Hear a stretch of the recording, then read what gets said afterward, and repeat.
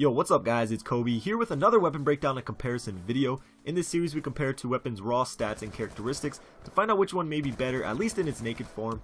Now in today's video we're going to be covering what are most likely the two most accurate guns in the respected class, the Peacekeeper and the M27.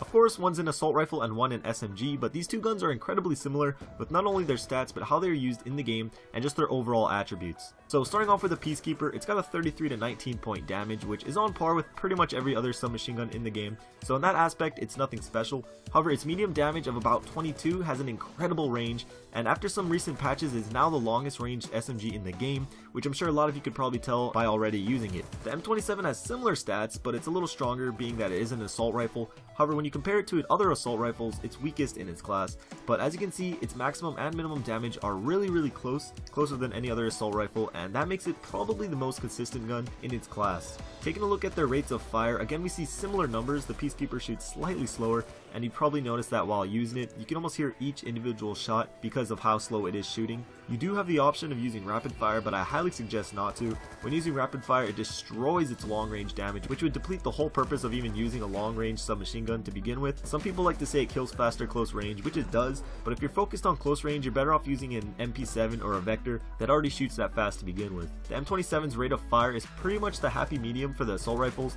It shoots fast enough to stay effective, but slow enough so that it's easy to control the recoil. But because of its damage and its fairly slow rate of fire, it is the slowest killing assault rifle in the game. But still, that does not take away from its overall effectiveness. The similarities continue with the magazine sizes, both holding a 30 round standard and a 40 round extended clip. For the M27, that's normal. However, 30 rounds does make the Peacekeeper have the smallest clip of the SMGs, but again, because of its slow rate of fire, you don't run through the bullets quite as fast. Again, looking at the reload times, you see how similar these really are, both at 1.95 seconds, and you can get that down to around 1.32 when you cancel reload. And lastly, to compare these recoils, you guys asked to see the two weapons side by side rather than their bullet spreads on a wall. So you can see here, both of these weapons have an incredibly low recoil. The Peacekeeper has a little more bounce to it, but they are both still incredibly accurate. But which is better? As you guys have seen, they are very similar and almost identical in several aspects. But the kicker to me is that the Peacekeeper is a submachine gun that can be used as an assault rifle, while the M27 cannot be used as a submachine gun.